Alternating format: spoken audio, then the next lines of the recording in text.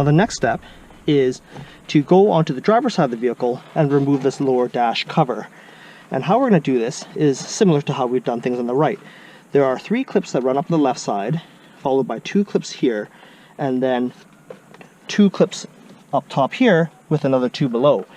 Now it's worth mentioning that there are wiring harnesses as well as a temperature sensor hose that connects to a sensor in this area. So we want to be mindful as we dismantle it to be very careful to disconnect those with the cover still very close to the dash. So reaching underneath, we can give it a gentle tug like this, and then pulling the cover forward slightly, exposing the wiring harness connectors, which you can release by pressing tab here and pulling, and going to the temperature sensor side and doing it similar. So release the wiring harness and then carefully, while holding the sensor actually with one hand, push off the hose.